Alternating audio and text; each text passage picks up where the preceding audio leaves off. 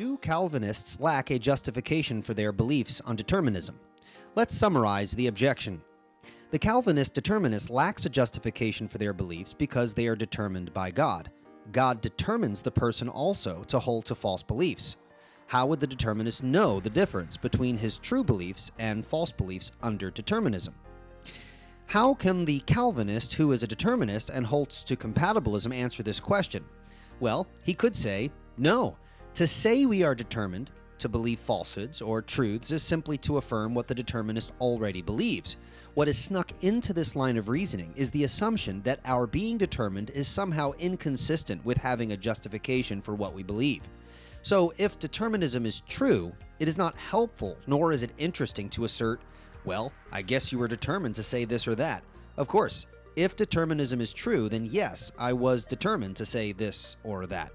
Also, when we speak of determinism, we must differentiate between different flavors of determinism. For I assert that there are flavors of determinism in which, if true, would in fact undercut our justification for our beliefs and knowledge claims. For example, naturalistic determinism. On naturalism, the reason why cognitive faculties cannot be trusted on naturalism is because there's no one or nothing intentionally designing them so that they deliver a preponderance of true beliefs.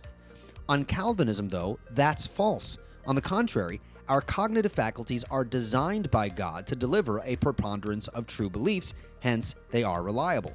So the objection is a non sequitur. The fact that some people hold false beliefs does not logically entail that therefore they lack cognitive faculties aimed at truth, generally speaking. But how would someone know if they were mistaken about a belief on determinism? How would they know if God has determined someone to be mistaken? The answer is, they wouldn't know.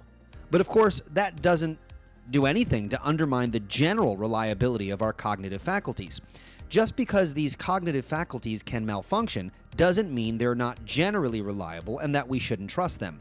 The objector is probably making claims that refute his own view. Forget determinism. Even on his view, we can be mistaken. And if someone is mistaken, how does one know if their beliefs are true? Well, they don't, and not much of interest follows. So in essence, we can be mistaken about beliefs given determinism, and he could be mistaken about beliefs given libertarian free will. Big deal. If he was mistaken, he wouldn't know. Yet he could weigh the evidence and correct his false beliefs.